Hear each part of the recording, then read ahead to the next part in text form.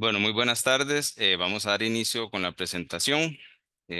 Bueno, el Centro de Investigaciones Apícolas Tropicales de la Universidad Nacional les da la más cordial bienvenida a este nuevo ciclo de webinars con el lema El fortalecimiento de la apicultura sostenible, estrategia para la competitividad, la innovación y el relevo generacional. El día de hoy contamos con la participación del señor Alfredo Herrera Rodríguez. Él es apicultor con más de 40 años de experiencia en la actividad. Es propietario además de la empresa Apiarios Herrera, desde donde ha buscado diversificar con los productos derivados de la colmena. Además, ha formado parte de la Junta Directiva de la Cámara Nacional de Fomento de la Apicultura en varias ocasiones, donde ha brindado capacitaciones en buenas prácticas de producción y actualmente es el vicepresidente de la Cámara. El día de hoy nos comparte su experiencia con el tema manejo estratégico de la colmena en periodo precosecha. Entonces, bienvenido, don Alfredo. Le brindamos espacio para que pueda compartir su presentación y posteriormente a la charla estaremos brindando un espacio para consultas y comentarios, por lo que le invitamos a realizarlas a través del chat de Zoom. Adelante, don Alfredo, le cedemos la palabra. Muchas gracias, Juan, por la introducción. Eh, Hacer extensivo el agradecimiento a las autoridades del SINAT por este ciclo de conferencias y que incluye un taller hasta donde he leído. Me parece una excelente oportunidad, no solo para em, cultivar y ampliar los conocimientos de los participantes en todas estas actividades, sino también para poder estrechar lazos que de por sí ya somos bastante cercanos entre la Cámara Nacional de Fomento de la Apicultura y el Centro de Investigaciones Apícolas Tropicales, que nos ha llevado a trabajar de la mano durante varios años. Esperemos que las cosas continúen de esa forma porque nosotros, productores, sabemos de la valía del aporte de ustedes como centro investigativo, de manera que es un gusto poder colaborar, ya sea con uno o varios miembros afiliados a la Cámara, a las actividades que ustedes desarrollan. Dicho esto, entonces voy a proceder a compartir la pantalla y vamos a tratar de eh, manejar el tema que tenemos para el día de hoy. Eh, Espero que lo estén viendo bien. Sí, sí se ve Sí, bien. se Sí, ve sí. perfecto. Ok, muy bien. Entonces el tema que me toca desarrollar, eh, que en boca de un apicultor puede antojarse sumamente extenso. Tenemos los apicultores la costumbre de excedernos a la hora de hablar sobre todo de abejas, así que trataremos de llevarlo de la mejor manera posible. Es el tema de el manejo estratégico de colmenas para cosecha. Y he querido agregarle el subtítulo de Tomando las previsiones para una cosecha exitosa. Em, Cuando se expone un título de esta forma, cualquiera diría que se está tomando la actividad eh, con unos aires muy elevados, pero viendo la situación a la cual nos enfrentamos actualmente, con tantas variables climáticas, eh, situaciones poco predecibles, esto lo que hace es que tengamos que ver la apicultura como una actividad en donde debamos trazar de antemano una estrategia que incluye varios aspectos, los vamos a ver hoy, para poder llegar a lo que yo llamo una cosecha exitosa. Cuando yo eh, pienso en una cosecha exitosa, déjenme ver un seguido, porque no sé por qué no puedo verla. Ok, ahora sí. Cuando yo pienso en una cosecha exitosa y como propietario de una mini empresa que se dedica a producir y comercializar sus productos, siempre tengo en mente algo como lo que tengo en la foto, porque esto es el culmen de no solo el trabajo de campo durante todo el año, sino que también me asegura poder llegar a mi cliente directo con los productos ya elaborados. No solamente estamos hablando de miel, estamos hablando de cera, propóleos, polen, etcétera, y algunos otros productos elaborados. De manera que eh, desde mi concepto como microempresario, el poder tener y satisfacer y cumplir exitosamente con todas las etapas de la cadena de valor y poder llegar a esto implica entonces una serie de pasos que empiezan desde, y de alguna forma hay que decirlo, desde el escritorio. Es decir, yo como apicultor debo tener un plan al cual apegarme, que me habrá tocado algunos años elaborar, en donde me toca definir y saber cuáles son las condiciones ambientales en las que me desenvuelvo o se desenvuelve mi proyecto.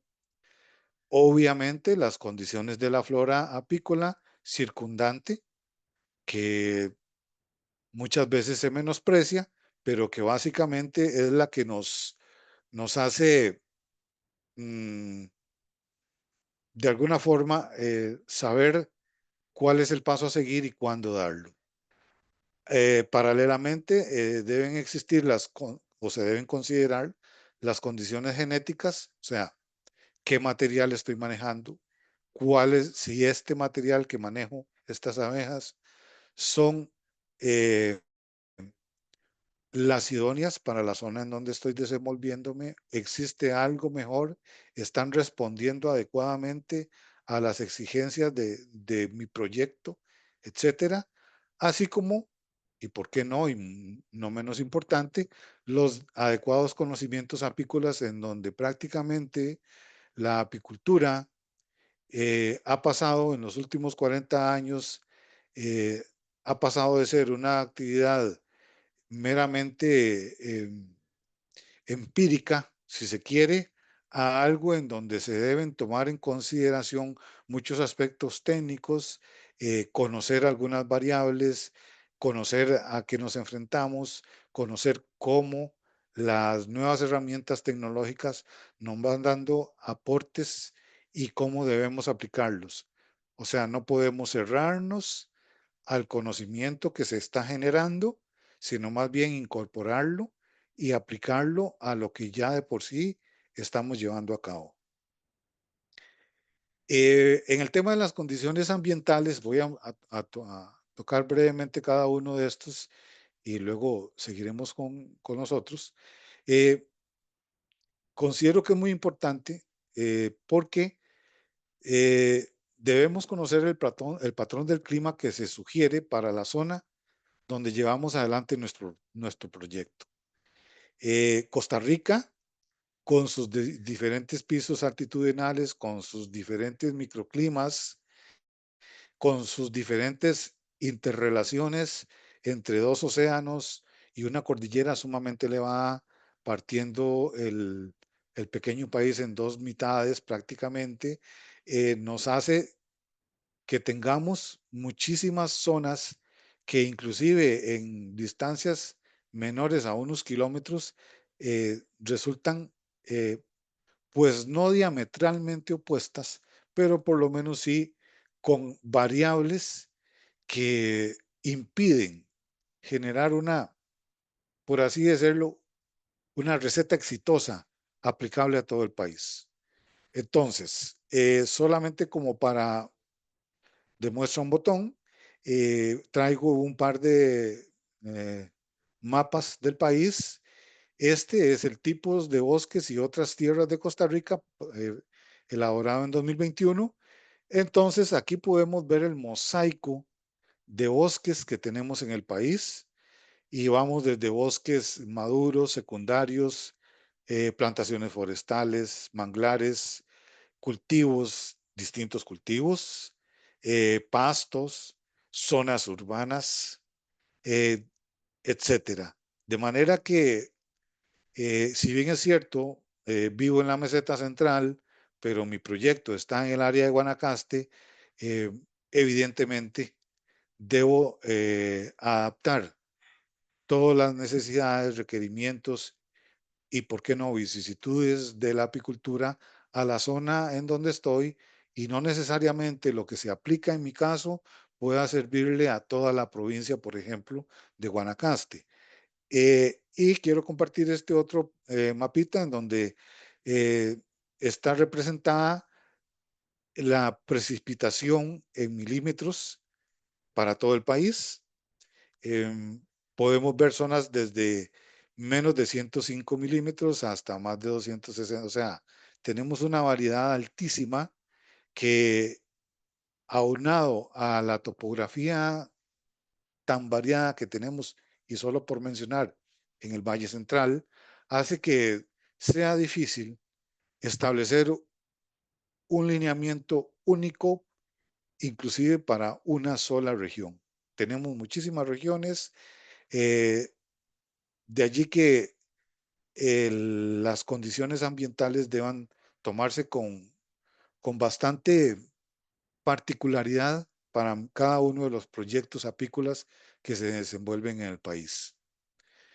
Y aquí vengo a presentarles un pequeño ejercicio que hago año con año desde hace varios años, que son las condiciones del recurso floral, en donde yo voy haciendo año con año una curva de floraciones y uno logra, a través de este proceso, logra identificar recursos florales que prácticamente le marcan las distintas, eh, los distintos trabajos que deben hacerse con las abejas. Entonces, más que un mes en el año, más que una semana del año, es una planta o la aparición de un grupo de plantas los que marcan, por ejemplo, y siendo el tema que nos ocupa el día de hoy, marcan la precosecha, y hay otras plantas que cuando vemos su aparición podemos decir estamos en plena cosecha, a finales de la cosecha, etcétera, etcétera, etcétera. Así que por aquí es muy importante poder desarrollar la suficiente experiencia o toma de apuntes de todo lo que vemos en nuestro alrededor, hacer consultas con apicultores más experimentados, con la academia que tiene libros al respecto, para poder decir, tengo estos recursos, los tengo en esta cantidad, se ven reflejados de esta forma en mi colmena o en mis apiarios, estos recursos florales me están aportando polen, néctar, propóleos, ambos o los tres, y con base en esto, poder tomar decisiones que repercutan en el trabajo que voy a realizar con las abejas. Me gusta decir que las abejas nunca piden las cosas ni antes ni después, siempre las piden en el momento que las necesitan, pero claramente esta solicitud de recursos por parte de las abejas tiene muchísimo que ver con el recurso floral que las rodea. Entonces, si nosotros, como apicultores, logramos leer estas condiciones circundantes y podemos, de alguna forma, tomar la lectura adecuada de las condiciones climáticas que, dicho sea de paso, varían año con año. El año pasado, por ejemplo, tuvimos, y solo para citarlo, eh, un mes de octubre bastante seco, y luego noviembre fue un mes sumamente lluvioso. Este año, octubre es un mes bastante lluvioso, de manera que la sumatoria de todas estas observaciones que hacemos son las que pueden llegar y decirnos, vas a tener que hacer esto, eh, vas a ir a ver tus abejas y vas a ver si dentro de la colmena se lee igual como se lee en el recurso floral, porque también eso es otra variante. No necesariamente el hecho de que una planta que es emblema o que marca el inicio, y digámoslo así, de precosecha, quiere decir que esté brindando todo lo que la abeja necesita. Pero esa lectura debemos hacerla para saber si tanto lo que sabemos, el bagaje de conocimiento que tenemos, como lo que está sucediendo en el sitio, en el año específico que estamos, concuerdan. y a partir de allí tomar las siguientes decisiones. Entonces ya hemos visto las condiciones medioambientales, las condiciones de la flora. En el tema de flora, para no dejarlo pasar por alto, es muy importante compartir opiniones. Hay gente que es muy dedicada para observar todos estos detalles. Hay gente que tiene mucha experiencia. Hay notas que me ha tocado leer en libros que no concuerdan con la realidad y plantas que decididamente son un super recurso melífero, por ejemplo, ni siquiera se mencionan. Entonces, yo siento, como apicultor, que en este tema específico nos falta mucho camino por recorrer, mucho diálogo, mucha poner en común los conocimientos de muchas personas para poder generar un mapa floral del país y inclusive, ¿por qué no? Eh, he notado en muchas oportunidades plantas que en una zona eh, son de gran importancia como fuente de polen y en otra zona son muy importantes como fuente melífera y así por el estilo. Pasando a la siguiente condiciones que debemos tomar en cuenta, serían las condiciones genéticas, es decir, qué material estoy manejando en mi apiario, en mis colmenas. Entonces, no es solamente reproducir algo porque me llegó de casualidad, lo compré o por tradición o porque un tercero me dijo esto es bueno o no, sino que, y este siempre será un tema en el cual me gusta insistir, nosotros los apicultores debemos creérnosla y considerarnos eh, científicos en ciernes. O sea, debemos tomar una premisa, debemos aplicarla en el campo y debemos leer los resultados para poder generar conocimiento.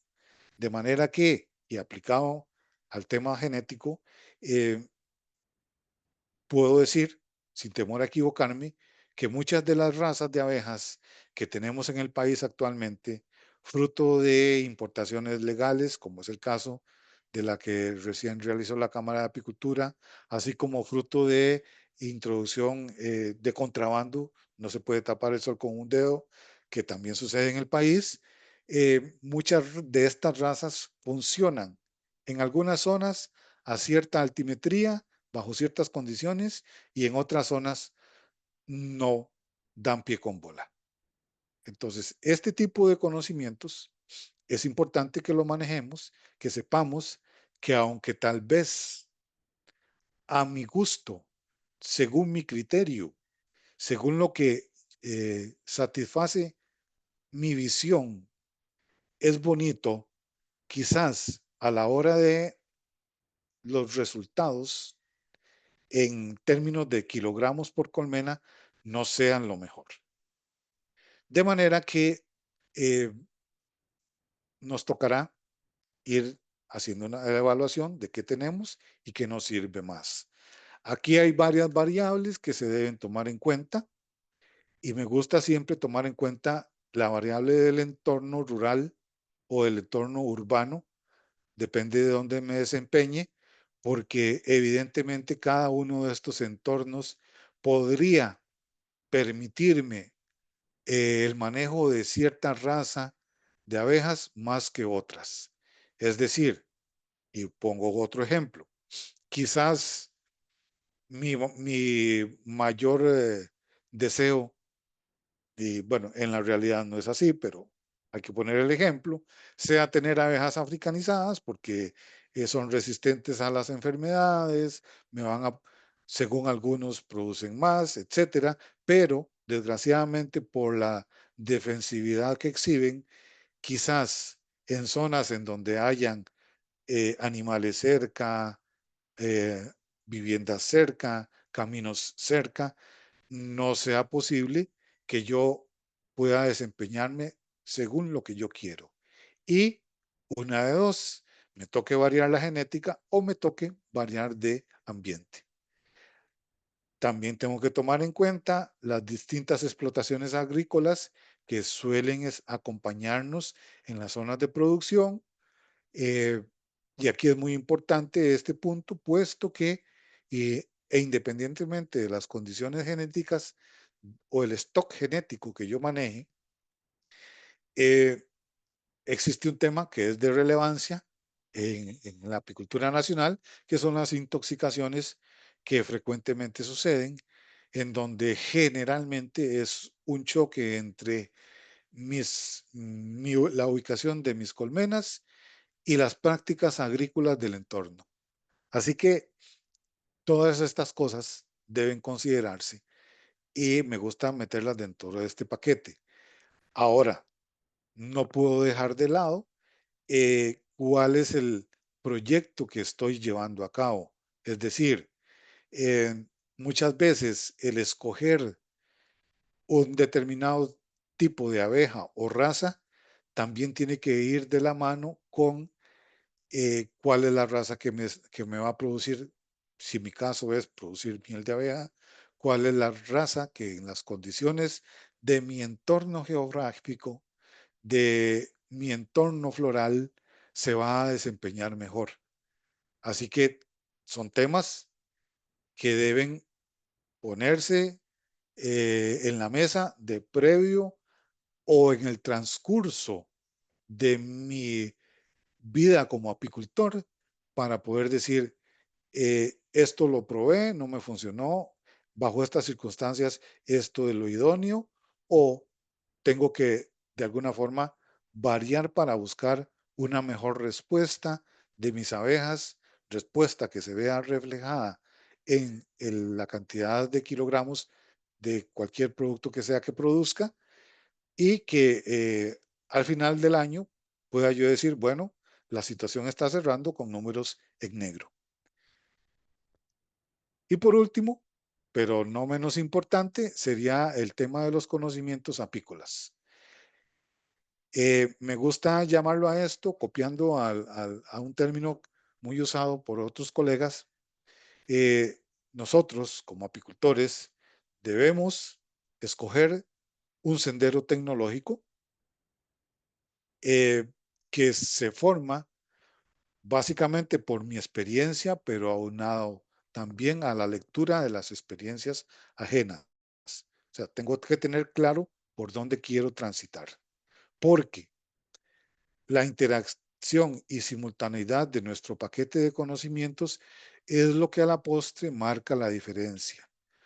Es decir, cada uno de estos puntos de mi paquete tecnológico eh, no funciona independientemente, sino que va relacionado. Es decir, la estrategia que yo escoja a nivel nutricional, la estrategia que yo escoja a nivel sanitario, la estrategia de operatividad o la estrategia inclusive de manejo genético deben ir de la mano una con otra para poder llegar y decir, bueno, esto es lo que tengo, esto es lo que voy a hacerlo calendarizado, para eso es tan muy importante poder establecer un calendario apícola anual en donde yo pueda, evaluando mis colmenas, poder decir, estoy en un bajonazo nutricional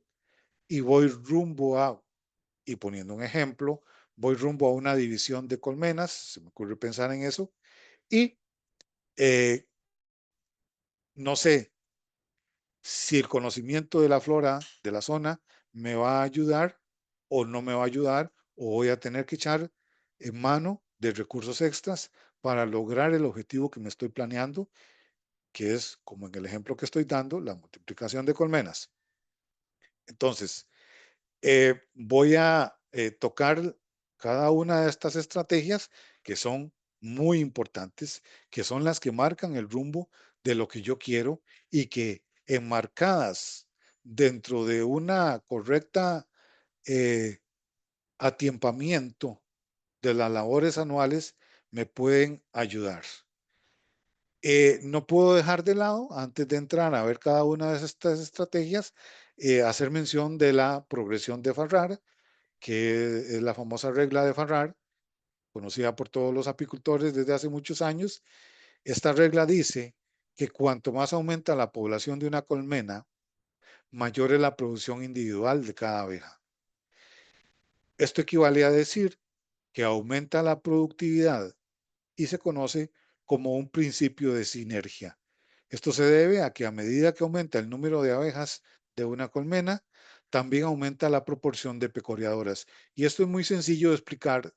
Existe una fórmula matemática para explicarlo, pero si tomamos una colmena como un edificio y pongámosle de 2 pisos, evidentemente el equipo de limpieza de ese edificio de 2 pisos será invariablemente la misma cantidad de abejas. De la misma forma, el equipo que de nodrizas invariablemente será la misma cantidad, de manera que si yo tengo una colmena en donde van creciendo la cantidad de abejas día con día, y no solamente van creciendo, sino que son abejas sanas, bien nutridas, a la postre lo que estoy obteniendo es un colchón cada vez más grande de abejas pecoreadoras, que son las que al final de cuentas más me importan porque son las que están aprovechando el recurso floral que tengo disponible y que me van a generar la cantidad de miel adecuada.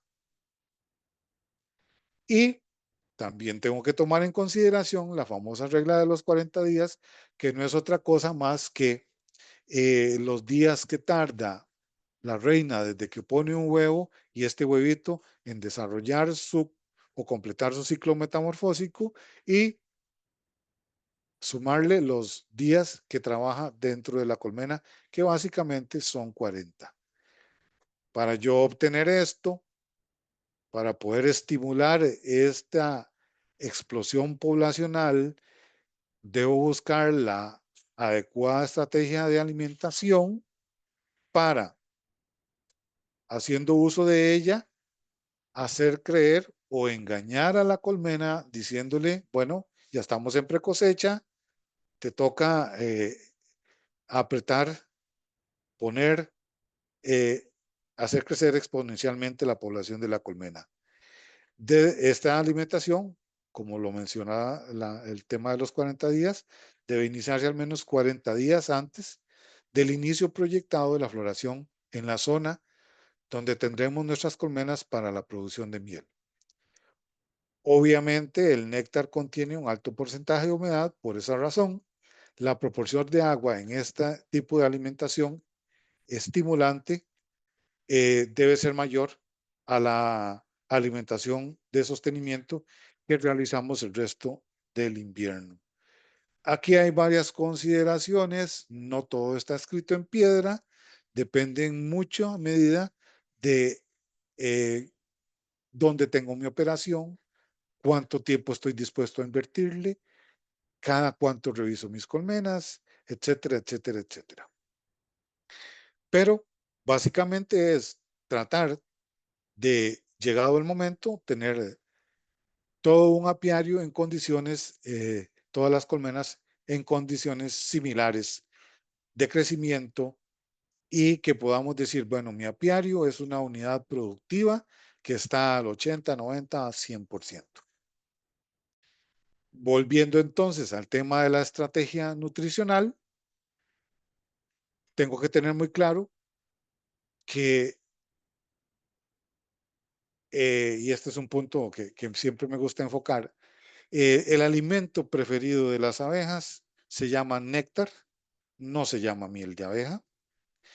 La miel de abeja es lo que ellas guardan para posteriores oportunidades, pero lo que consumen día a día en la época de crecimiento se llama néctar.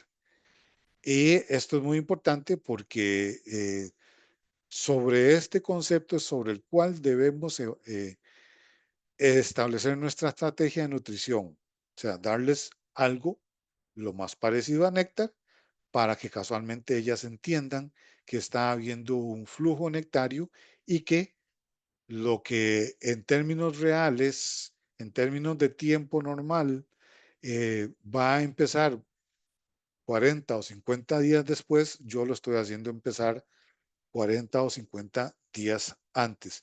Es obvio que yo tengo que saber cuál es el aporte de la zona, porque de la misma forma que estoy aportando carbohidratos, azúcares, jarabe, también tengo que aportar polen o algún sustituto de polen, algún sustituto proteico, porque esta proteína es la que provoca que abejas nodrizas puedan alimentar adecuadamente y en abundancia a la siguiente, a esta generación de abejas que va a ser mi primer línea de abejas pecoreadoras.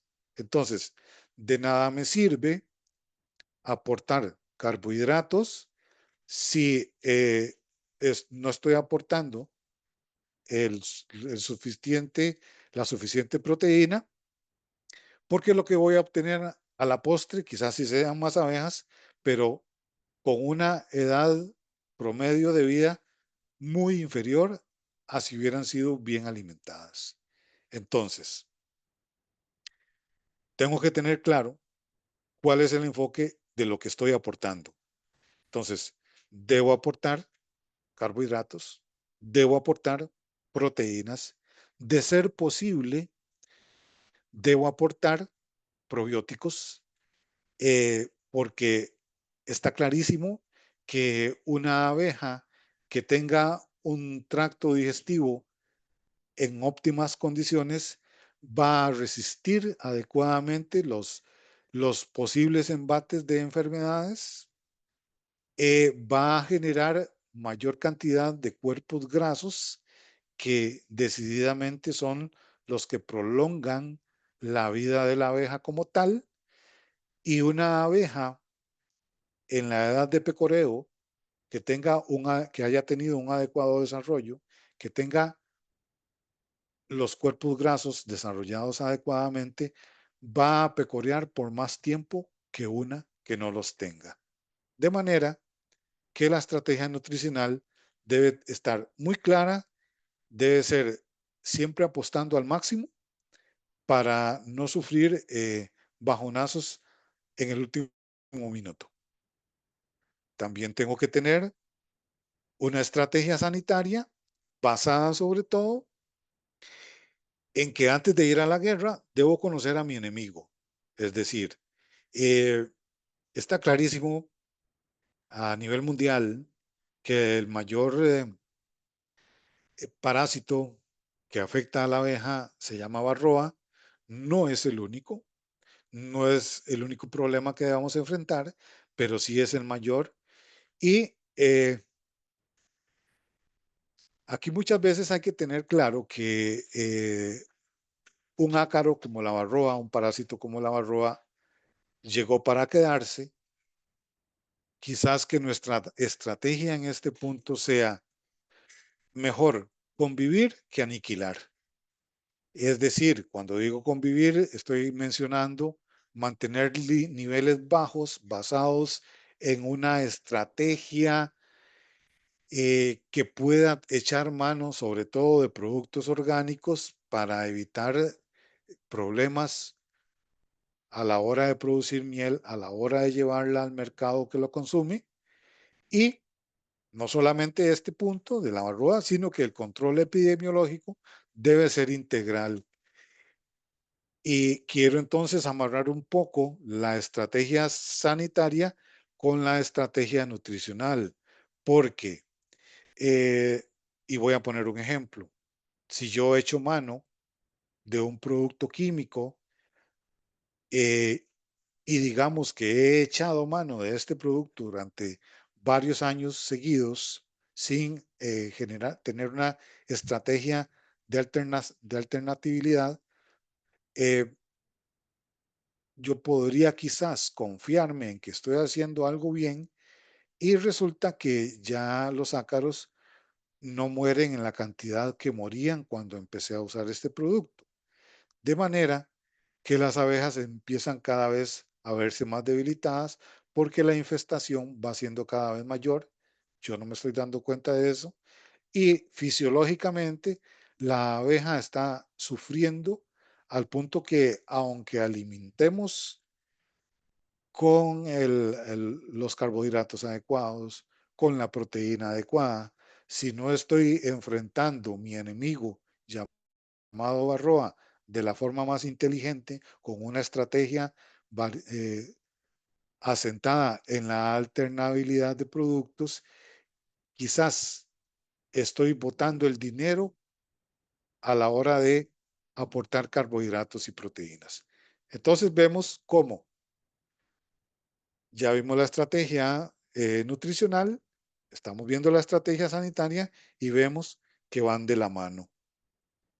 También tengo que tener en cuenta la estrategia operativa. Eh, Cuando hablo de esto es responder a preguntas como ¿cuál equipo se adapta a mi realidad? ¿Dónde me quiero establecer? ¿De cuál accesibilidad dispongo para mis apiarios? Si mi apiario está a 500 metros de donde vivo, si está a 10 kilómetros o está a 200 kilómetros. Entonces, basándome en un tema como este, en donde yo de previo defino qué quiero hacer y dónde lo voy a hacer, es que debo establecer una estrategia operativa, porque no es lo mismo el caso uno con un apiario a 500 metros con el caso 3 con un apiario a 200 kilómetros. Así que parece mentira, pero todo esto debe o está jugando dentro de las decisiones que debo tomar a futuro. Obviamente, cuando hablo de equipo, no me refiero solamente a las abejas en su caja Langstroth, sino que como ya es un tema de bastante uso en el país, tomar opciones por medias alzas, eh, etcétera. Porque dependiendo de la zona, habrán abejas que les vaya bien en una zona con un alza tradicional y otras apenas lleven media alza o así por el estilo. Entonces, la estrategia operativa también debe ser tomada en cuenta. Y evidentemente también tengo que tener una estrategia de manejo genético. Cuando hablo de este punto, es cuáles son los pros y contras de cada una de las razas que se acostumbran a trabajar en el país, si en realidad estoy dispuesto a manejar abejas más defensivas o si por el contrario eh, le doy prioridad a la paz mental que me puede generar el manejo de abejas más mansas, si estoy consciente de la edad útil del material empleado. Y cuando hablo de edad útil, tengo que saber que la edad útil del material que estoy empleando es una combinación no solo de raza, sino del recurso floral de la zona y de la estrategia nutricional que estoy aplicando. Como ya lo mencioné, abejas desnutridas van a vivir menos. No es lo mismo si soy creador de reinas, por ejemplo, criar reinas dando abundancia de proteína a las colmenas que están desarrollando celdas reales que dejarlas a lo que ellas puedan conseguir atenido a la zona en donde me desenvuelvo y que quizás yo creo que es una zona muy rica floralmente hablando. Entonces ya hemos visto las 4 estrategias que considero yo que se deben manejar. Y rumbo a terminar la exposición del día de hoy, tengo que también tener algunas consideraciones generales. Tengo que comprender muy bien qué es la termorregulación en la colmena, cómo se desenvuelve una colmena bien termorregulada. Eh, Como apicultor, debo aprender a leer los signos que me envía la colmena haciéndome saber si está funcionando adecuadamente, si está estresada por temas de una inadecuada regulación térmica. Tengo que saber también cómo ir dándole el espacio adecuado a la cámara de cría para evitar forzarla o alterar el desarrollo normal que ella lleva, que es un patrón heredado genéticamente por millones de años. También debo comprender, circunscribiéndome al momento que estamos viendo, que es precosecha, cuándo dejar de alimentar o cuándo hacerlo en menor cantidad. Y también tengo que considerar cuándo es el momento adecuado para colocar un alza melaria o cuándo no. O sea, tengo que tener una serie de consideraciones prácticas que inciden directamente en la colmena para que todo el trabajo que hice en mi estrategia nutricional, en mi estrategia genética, etcétera, etcétera, no se vea disminuida por malos manejos a la hora de ver la colmena y decidir qué debo hacer y cómo debo hacer. Obviamente, lo que vamos buscando todos es algo similar a lo que vemos en estas fotos, es decir, es el trabajo con las abejas que empieza prácticamente desde mayo y termina en abril del año siguiente.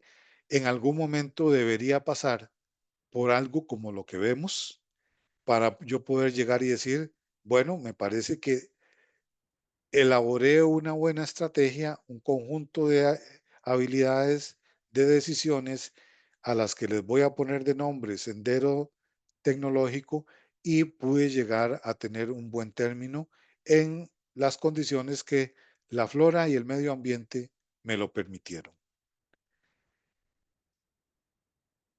Y solamente para terminar, porque sé que tengo que dar un espacio para preguntas y respuestas, eh, quiero exponerles este pensamiento de un apicultor muy conocido por mí, eh, que a pesar de vivir en Estados Unidos y ser un lugar en donde se acostumbra a pensar que la apicultura es un tema de una receta, casi como hacer un refresco, en donde tengo la esencia, el agua, el azúcar y obtengo un resultado.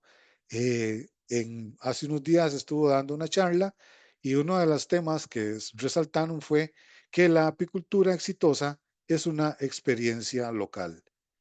Lo que quiere decir que la experiencia de Alfredo Herrera está circunscrita a una zona en donde ha desarrollado su apicultura.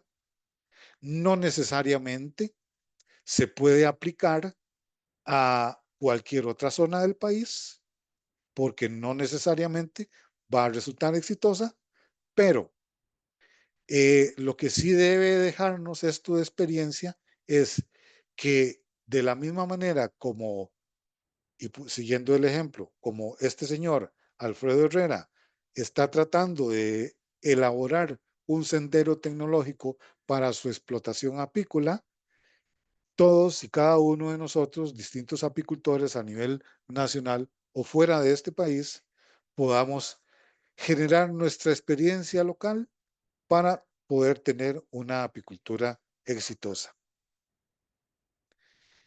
Esto es lo que les he preparado. Eh, Agradezco la atención.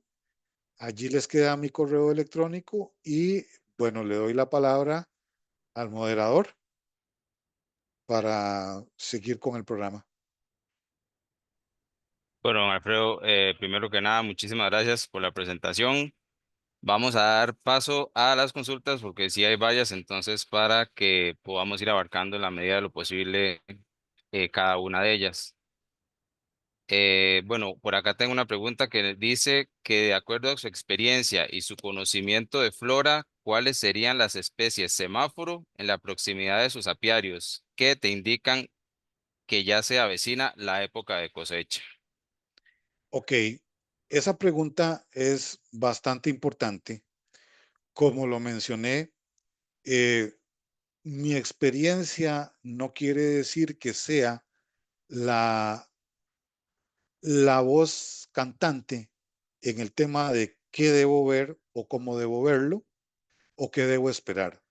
Sí puedo decirle que al menos en la zona en donde estoy circunscrito, yo tengo mis abejas en la zona de Santa Cruz, Nicoya, Ojancha, desde hace 25 años.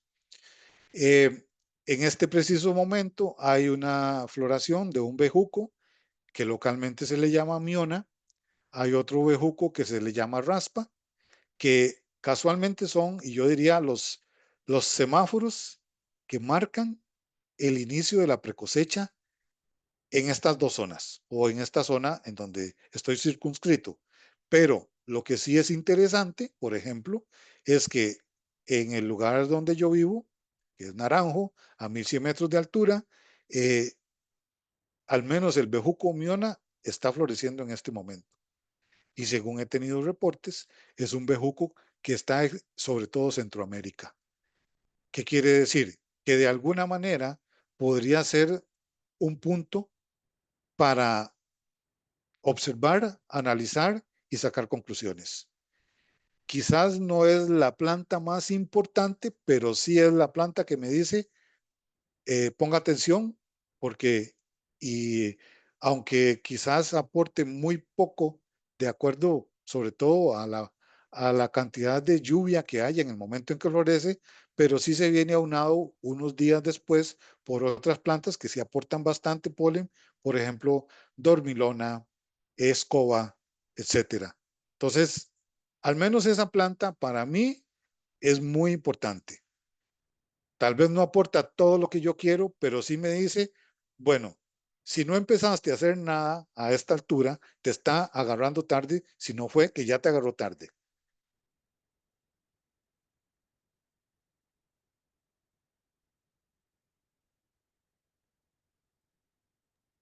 Perfecto, don Alfredo. Por acá tenemos otra consulta. Dice, ¿cómo adaptar estas estrategias ante la variabilidad climática que es cada vez más evidente? Eh, bueno,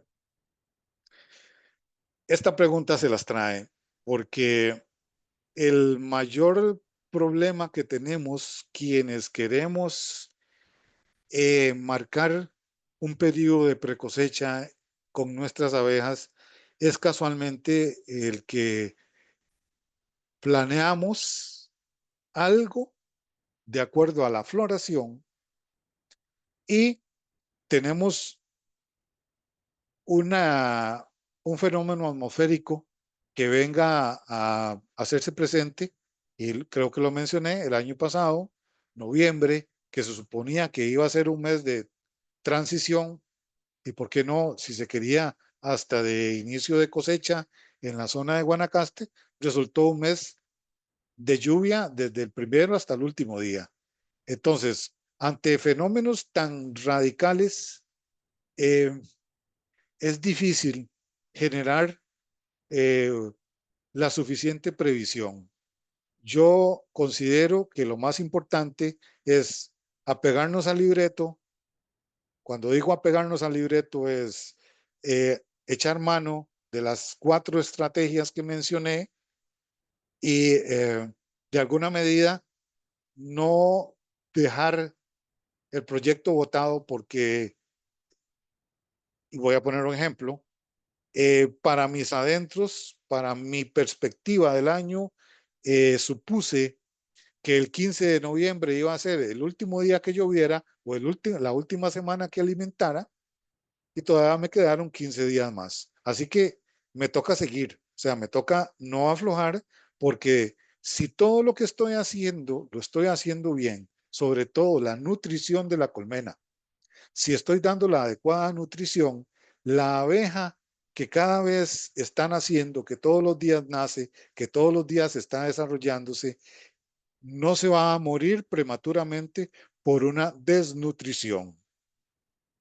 Entonces, es muy importante, y quiero hacer hincapié sobre todo en el aporte proteico que debe dar el apicultor en este periodo para que pueda generar abejas con una mejor eh, con mejores cuerpos grasos para que pueda vivir mejor aún en periodos en donde todavía no termina de afianzarse el verano. Y evidentemente que mi estrategia de el tema de curaciones de enfermedades, sobre todo varroa, pues se esté llevando adecuadamente para que casualmente no solo tenga abejas nutridas, sino que tenga abejas sanas, ¿verdad? Pero obviamente eh, anticiparse o predecir el clima es, es algo sumamente incierto. Y cuesta mucho poder dar una respuesta exacta de cómo se debe actuar ante estas situaciones. Perfecto. Por acá tenemos otra que va un poco dirigida a lo que es la parte de el aporte proteico. Dice, buenas tardes. ¿Cómo puede medir usted cuánto polen, sustituto de polen, necesita la colmena de acuerdo a la cantidad de jarabe que está suministrando? Muy bien. De estos dos aportes que realiza el apicultor y que los realiza tratando de sustituir lo que no tiene el campo, ¿verdad? Llámese carbohidratos, llámese proteínas. El aporte más importante sí o sí se llama proteína, porque el aporte proteico que podamos dar es el que va a generar nodrizas que puedan producir, por ejemplo, más jalea real, que puedan alimentar mejor a las larvitas en su proceso de alimentación. Estas larvitas bien alimentadas van a desarrollarse adecuadamente y casualmente van a ser obreras cuando termine su ciclo metamorfósico muy bien desarrolladas, que no se brincaron o no les faltó parte de su proceso de alimentación, lo recibieron completo, pero a este punto, según lo que se acostumbra, lo que nos mencionan, los que conocen, un aporte de, por ejemplo, proteína al 25% es ideal para las colmenas. Estamos claros que aquí tenemos que hacer variar la estrategia de cómo aportamos esta proteína, porque no es lo mismo tener abejas en una zona libre de pequeño escarabajo de la colmena, en donde yo puedo optar por hacer tortas proteicas que tengan una mayor duración, a tener abejas, como en mi caso, en zonas donde desde hace varios años tenemos el PEC y en cuyo caso la torta proteica prácticamente no solo alimenta a las obreras, sino que también alimenta al PEC. De allí que en el último año se está utilizando exitosamente una mezcla de un producto sustituto proteico con azúcar en polvo que está dando muy buenos resultados. ¿Cómo me doy cuenta yo de que lo que estoy haciendo está funcionando? ¿Verdad? Porque también existe la duda de que, bueno, yo doy, pero que cruzo los dedos o le rezo a un santo para que funcione. No. Entonces, me toca revisar, me toca hacer una lectura de los marcos, de los panales y observar si en realidad hay presencia de proteína, de polen ensilado, o sea, en forma de pan de abeja. Si yo logro ver esto en mis colmenas, porque normalmente el pan de abejas, que es un cúmulo de pelotitas de polen al que se le agregaron enzimas y otros productos, y encima de ellas la abeja pone una película de propóleo para contenerlo sin problemas de ningún tipo de fermentos adicionales. Si yo puedo sacar un marco y ver que tengo suficiente polen ensilado, quiere decir que aparentemente la estrategia está funcionando, porque la nodriza come polen o sustituto proteico todos los días. Y si yo no veo reservas, quiere decir que no están saliendo con el día a día. Pero si yo logro ver reserva en los panales, quiere decir que las cosas van bien. Quiere decir que está consumiendo lo del día a día y está teniendo para almacenar.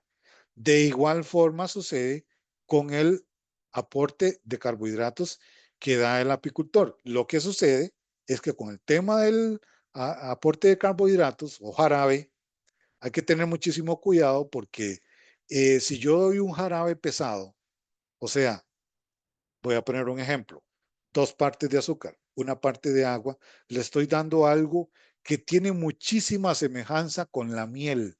Entonces, la abeja va a encontrar más sencillo almacenarlo que consumirlo, sobre todo en climas cálidos. De allí que la estrategia de alimentar con dosis de azúcar más diluidos, 1:1, que tiene una mayor semejanza al néctar, hace que la abeja sienta que lo que está entrando no es néctar. Entonces lo va consumiendo a mayor velocidad, porque ella lo que busca es, si ya logra tener algo que va rumbo a convertirse en miel de abeja, es decir, 20% de humedad promedio, ella lo que va a tratar de hacer es irlo guardando, ir generando el colchón térmico que necesita, pero desgraciadamente este colchón térmico podría contaminar la miel que en algún momento vamos a cosechar. Así que esto es parte de la estrategia. Por eso yo mencionaba que según lo que yo logro apreciar, el jarabe 1:1 es lo mejor. Ahora bien, si yo vivo a no sé cuántos kilómetros o voy cada 15 días a ver mis abejas y estoy en precosecha y quiero aplicar jarabe 1:1, pues quizás estoy tomando la estrategia equivocada porque estoy tardando muchísimo en ir cada vez que voy y el jarabe o este sustituto de jarabe 1:1 eh, debería darse con mayor frecuencia que un jarabe más pesado. Así que por eso mencioné que debe tomarse en cuenta las condiciones de lo que tengo como lo que manejo, como mi zona, como mi realidad como apicultor, para poder decir, voy a alimentar 1:1 o me va a tocar alimentar 2:1, no es lo que quiero, pero es lo que puedo. O sea, entre no dar y dar, aunque no sea lo mejor, pues hay que dar, ¿verdad? O sea, hay que poner todo en la balanza y hay que tomar esas decisiones. Perfecto, don Alfredo. Y vamos a realizar una última pregunta. Dice por acá, excelente, don Alfredo, muy completa la presentación. Quizás sí pueda hablar un poco del manejo de la cera y su rotación o cambio. Ok, este es un tema muy importante. Está comprobado que, bueno, es lo que siempre he leído, es lo que está en los libros. La vida me ha enseñado que la lectura que se hace en los libros, al menos en este punto, es bastante coincidente con la realidad. Entonces, mi recomendación es siempre, en la medida de lo posible, hacer un recambio de panales del al menos el 30% todos los años. En oportunidades en que me ha tocado detallar este tema y que se puede contar con un medio más gráfico para hacer las explicaciones, hemos llegado a la conclusión que una rotación de al menos o un recambio de al menos 3 panales todos los años es el punto de equilibrio entre darle a la abeja lo que necesita y que no sea una carga excesiva para el bolsillo del apicultor, porque también todo eso hay que tomarlo en cuenta, ¿verdad? Pero sí es muy importante, y por lo menos es la práctica que a mí me gusta, eh, marcar los marcos, es decir, ponerle el año en que estoy introduciendo esa lámina para saber que luego de 3 años no debería estar más en la cámara de cría. Cuando uno no hace un marcaje de marcos, no les pone fecha, no les pone año, luego de un año todos se ven iguales y uno no sabe cuál fue el que quitó o cuál tiene que quitar. De manera que es muy importante poder marcar esto, fechar cada marco que se introduce, buscar la cera adecuada, tratar de ser autosuficiente en la producción de cera, básicamente porque si yo logro ser autosuficiente con mi producción de cera y me considero una persona que estoy curando, por ejemplo, mis abejas con productos orgánicos, quiere decir que la cera que yo aporto todos los años está bastante libre de plaguicidas, pesticidas, y eso me da mucha más confianza de que tengo un ambiente sano dentro de mi cámara de cría. Entonces, mi recomendación siempre ha sido y va a ser al menos el 30%. Yo sé que hay gente que puede más, hasta un 50%, pero también se trata de que resulte lo suficientemente exitoso económicamente también.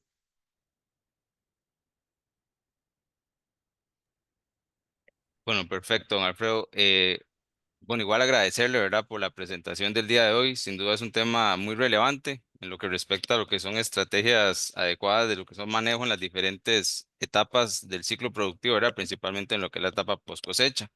Entonces, externarle el agradecimiento por la participación, por su charla del día de hoy, e igualmente a a todos los participantes, y recordarles que también quedan charlas programadas para esta semana. El viernes vamos a contar con la participación de la señora Maida Verde Jiménez. Ella es médica veterinaria y es presidenta de la sección de apicultura de la Asociación Cubana de Medicina Veterinaria.